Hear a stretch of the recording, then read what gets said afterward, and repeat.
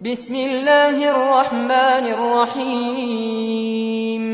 الحمد لله الذي أنزل على عبده الكتاب ولم يجعل له عوجا قيما لينذر بأسا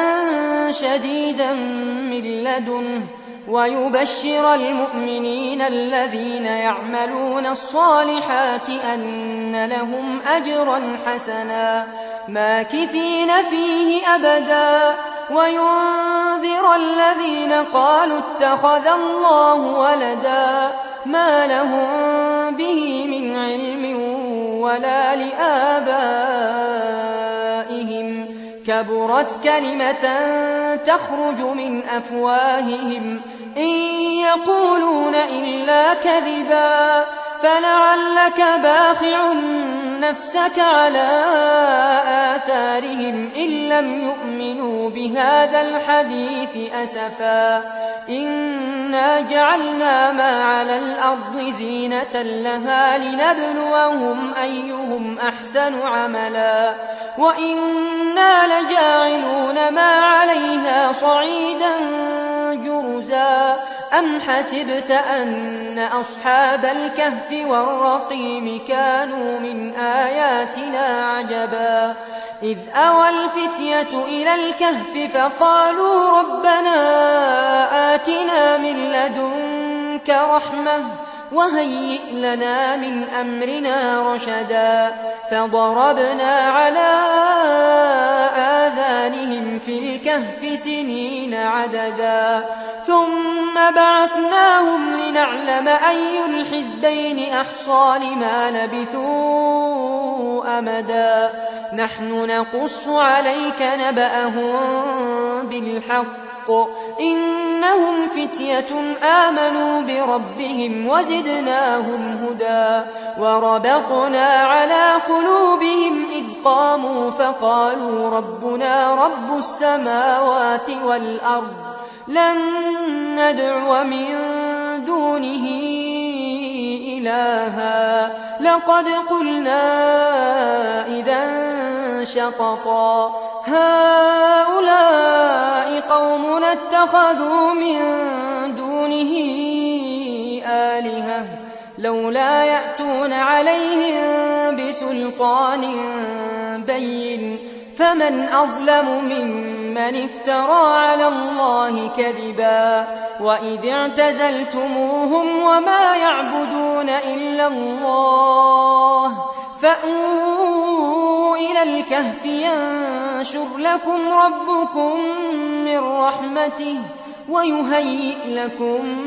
من أمركم مرفقا وترى الشمس إذا طلعت تزاور عن كهفهم ذات اليمين وإذا غربت تقرضهم ذات الشمال وهم في فجوة منه ذلك من آيات الله من يهد الله فهو المهتد ومن يضلل فلن تجد له وليا مرشدا وتحسبهم أيقاظا وهم رقود ونقلبهم ذات اليمين وذات الشمال وكلبهم باسط ذراعيه بالوصيد لو اطلعت عليهم لوليت منهم فرارا ولملئت منهم رعبا وكذلك بعثناهم ليتساءلوا بينهم قال قائل منهم كم لبثتم قالوا لبثنا يوما أو بعض يوم قالوا ربكم أعلم بما لبثتم فابعثوا أحدكم بورقكم هذه إلى المدينة فلينظر أيها أزكى طعاما فليأتكم برزق منه وليتلطف ولا يشعرن بكم أحدا إنهم إن يظهروا عليكم يرجموكم أو يعيدوكم في ملتهم ولن تفلحوا إذًا أبدًا. وكذلك أعثرنا عليهم ليعلموا أن وعد الله حق وأن الساعة لا ريب فيها إذ يتنازعون بينهم أمرهم فقالوا ابنوا عليهم بنيانا ربهم أعلم بهم قال الذين غلبوا على أمرهم لنتخذن عليهم مسجدا سيقولون ثلاثة رابعهم كلبهم ويقولون خمسة سادسهم كلبهم رجما بالغيب ويقولون سبعة وثامنهم كلبهم قل ربي أعلم بعدتهم ما يعلمهم إلا قليل فلا تمار فيهم إلا مراء ظاهرا ولا تستفت فيهم منهم أحدا ولا تقولن لشيء إني فاعل ذلك غدا إلا أن يشاء الله واذكر ربك إذا نسيت وقل عسى أن يهديني ربي لأقرب من هذا رشدا ولبثوا في كهفهم 300 سنين وازدادوا 9 قل الله أعلم بما لبثوا له غيب السماوات والأرض أبصر به وأسمع ما لهم من دونه من ولي ولا يشرك في حكمه أحدا واتل ما أوحي إليك من كتاب ربك لا مبدل لكلماته ولن تجد من دونه ملتحدا واصبر نفسك مع الذين يدعون ربهم بالغداة والعشي يريدون وجهه ولا تعد عيناك عنهم تريد زينة الحياة الدنيا ولا تطع من أغفلنا قلبه عن ذكرنا واتبع هواه وكان أمره فرطا وقل الحق من ربكم فمن شاء فليؤمن ومن شاء فليكفر إنا أعتدنا للظالمين نارا أحاط بهم سرادقها وإن يستغيثوا يغاثوا بماء كالمهل يشوي الوجوه بئس الشراب وساءت مرتفقا إن الذين آمنوا وعملوا الصالحات إنا لا نضيع أجر من أحسن عملا أولئك لهم جنات عدن تجري من تحتهم الأنهار يحلون فيها من أساور من ذهب ويلبسون ثيابا خضرا من سندس وإستبرق متكئين فيها على الأرائك نعم الثواب وحسنت مرتفقا واضرب لهم مثل الرجلين جعلنا لأحدهما جنتين من أعناب وحففناهما بنخل وجعلنا بينهما زرعا كلتا الجنتين آتت أكلها ولم تظلم منه شيئا وفجرنا خلالهما نهرا وكان له ثمر فقال لصاحبه وهو يحاوره أنا أكثر منك مالا وأعز نفرا ودخل جنته وهو ظالم لنفسه قال ما أظن أن تبيد هذه أبدا وما أظن الساعة قائمة ولئن رددت إلى ربي لأجدن خيرا منها منقلبا قال له صاحبه وهو يحاوره أكفرت بالذي خلقك من تراب ثم من نطفة ثم سواك رجلا لكن هو الله ربي ولا أشرك بربي أحدا ولولا إذ دخلت جنتك قلت ما شاء الله لا قوة إلا بالله إن ترني أنا أقل منك مالا وولدا فعسى ربي أن يؤتيني خيرا من جنتك ويرسل عليها حسبانا من السماء فتصبح صعيدا زلقا أو يصبح ماؤها غورا فلن تستطيع له طلبا وأحيط بثمره فأصبح يقلب كفيه على ما أنفق فيها وهي خاوية على عروشها ويقول يا ليتني لم أشرك بربي أحدا ولم تكن له فئة ينصرونه من دون الله وما كان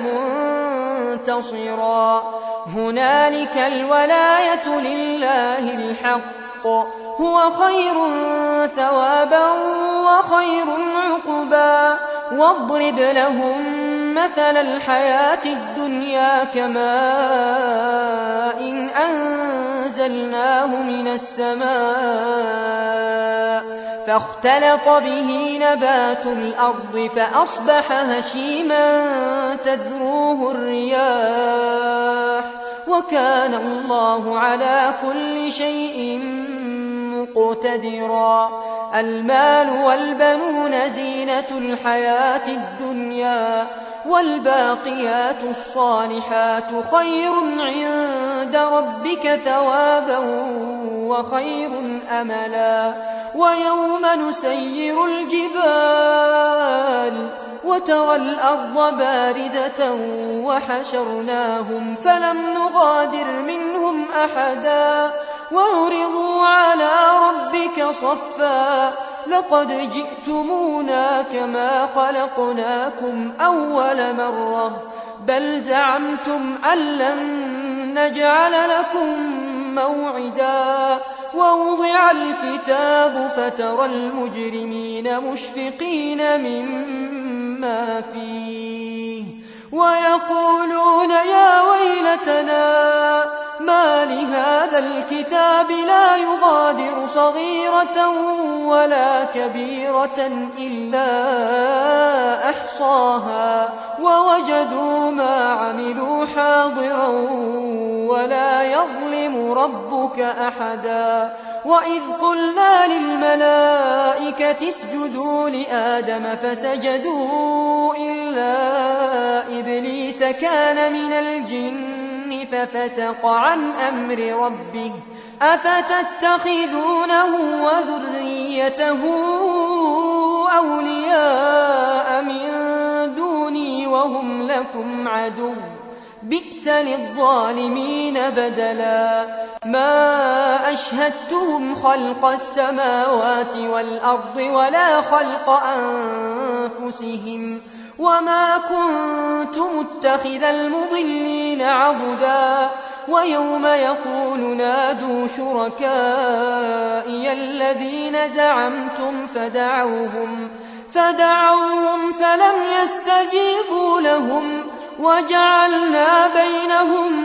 موبقا ورأى المجرمون النار فظنوا أنهم مواقعوها ولم يجدوا عنها مصرفا ولقد صرفنا في هذا القرآن للناس من كل مثل وكان الإنسان أكثر شيء جدلا وما منع الناس أن يؤمنوا إذ جاءهم الهدى ويستغفروا ربهم إلا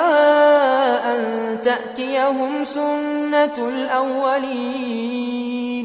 أو يأتيهم العذاب قبلا وما نرسل المرسلين إلا مبشرين ومنذرين ويجادل الذين كفروا بالباطل ليدحضوا به الحق واتخذوا آياتي وما أنذروا هزوا ومن أظلم ممن ذكر بآيات ربه فأعرض عنها ونسي ما قدمت يداه إنا جعلنا على قلوبهم أكنة أن يفقهوه وفي آذانهم وقرا وإن تدعهم إلى الهدى فلن يهتدوا إذا أبدا وربك الغفور ذو الرحمة لو يؤاخذهم بما كسبوا لعجل لهم العذاب بل لهم موعد لن يجدوا من دونه موئلا وتلك القرى أهلكناهم لما ظلموا وجعلنا لمهلكهم موعدا وإذ قال موسى لفتاه لا أبرح حتى أبلغ مجمع البحرين أو أمضي حقبا فلما بلغا مجمع بينهما نسيا حوتهما فاتخذ سبيله في البحر سربا فلما جاوزا قال لفتاه آتنا غداءنا لقد لقينا من سفرنا هذا نصبا قال أرأيت إذ أوينا إلى الصخرة فإني نسيت الحوت وما أنسانيه إلا الشيطان أن أذكره واتخذ سبيله في البحر عجبا قال ذلك ما كنا نبغ فارتدا على آثارهما قصصا فوجدا عبدا من عبادنا آتيناه رحمة من عندنا وعلمناه من لدنا علما قال له موسى هل أتبعك على أن تعلمني مما علمت رشدا قال إنك لن تستطيع معي صبرا وكيف تصبر على ما لم تحط به خبرا قال ستجدني إن شاء الله صابرا ولا أعصي لك أمرا قال فإن اتبعتني فلا تسألني عن شيء حتى أحدث لك منه ذكرا فانطلقا حتى إذا ركبا في السفينة خرقها قال أخرقتها لتغرق أهلها لقد جئت شيئا إمرا قال ألم أقل إنك لن تستطيع معي صبرا قال لا تؤاخذني بما نسيت ولا ترهقني من أمري عسرا فانطلقا حتى إذا لقيا غلاما فقتله قال أقتلت نفسا زكية بغير نفس لقد جئت شيئا نكرا قال ألم أقل لك إنك لن تستطيع معي صبرا قال إن سألتك عن شيء بعدها فلا تصاحبني قد بلغت من لدني عذرا فانطلقا حتى إذا أتيا أهل قرية استطعما أهلها فأبوا أن يضيفوهما فوجدا فيها جدارا يريد أن ينقض فأقامه قال لو شئت لاتخذت عليه أجرا قال هذا فراق بيني وبينك سأنبئك بتأويل ما لم تستطع عليه صبرا أما السفينة فكانت لمساكين يعملون في البحر فأردت أن أعيبها وكان وراءهم ملك يأخذ كل سفينة غصبا وأما الغلام فكان أبواه مؤمنين فخشينا أن يرهقهما طغيانا وكفرا فأردنا أن يبدلهما ربهما خيرا منه زكاة وأقرب رحما وأما الجدار فكان لغلامين يتيمين في المدينة وكان تحته كنز لهما وكان أبوهما صالحا فأراد ربك أن يبلغا أشدهما ويستخرجا كنزهما رحمة من ربك وما فعلته عن أمري ذلك تأويل ما لم تسطع عليه صبرا ويسألونك عن ذي القرنين قل سأتلو عليكم منه ذكرا إنا مكنا له في الأرض وآتيناه من كل شيء سببا فأتبع سببا حتى إذا بلغ مغرب الشمس وجدها تغرب في عين حمئة ووجد عندها قوما قلنا يا ذا القرنين إما أن تعذب وإما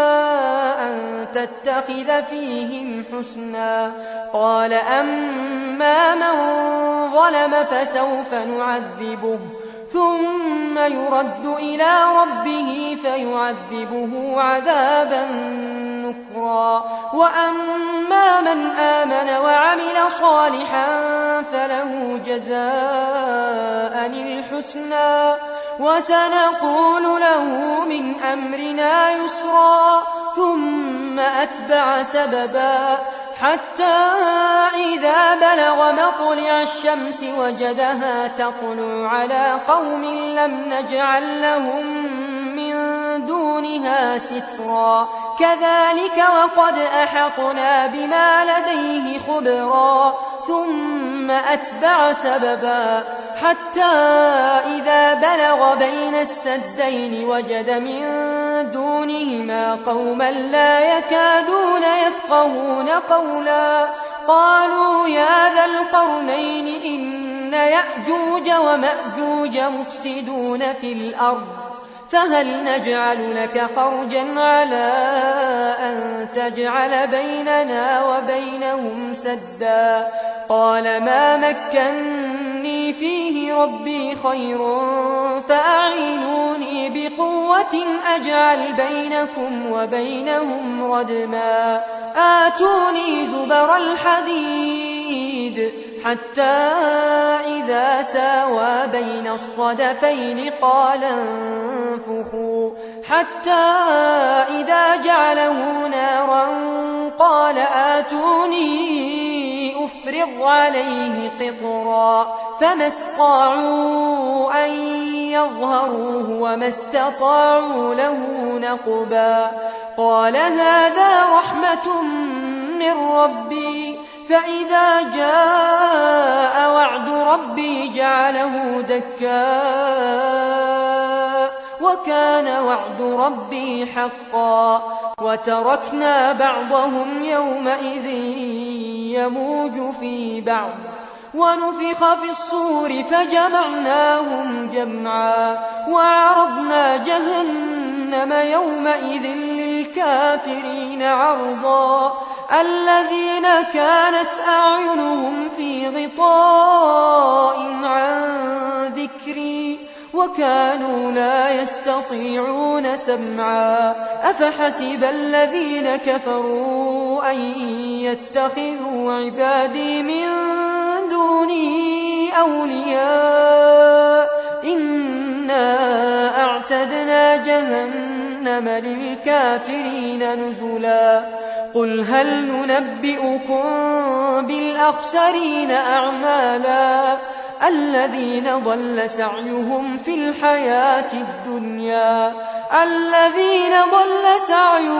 الحياة الدنيا وهم يحسبون أنهم يحسنون صنعا أولئك الذين كفروا بآيات ربهم ولقائه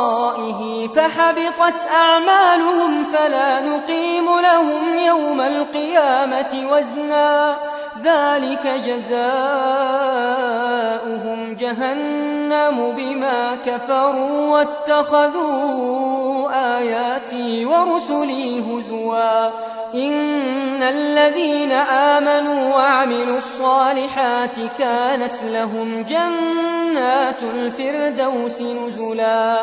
خالدين فيها لا يبغون عنها حولا قل لو كان البحر مدادا لكلمات ربي لنفد البحر قبل أن تنفد كلمات ربي ولو جئنا بمثله مددا قل إنما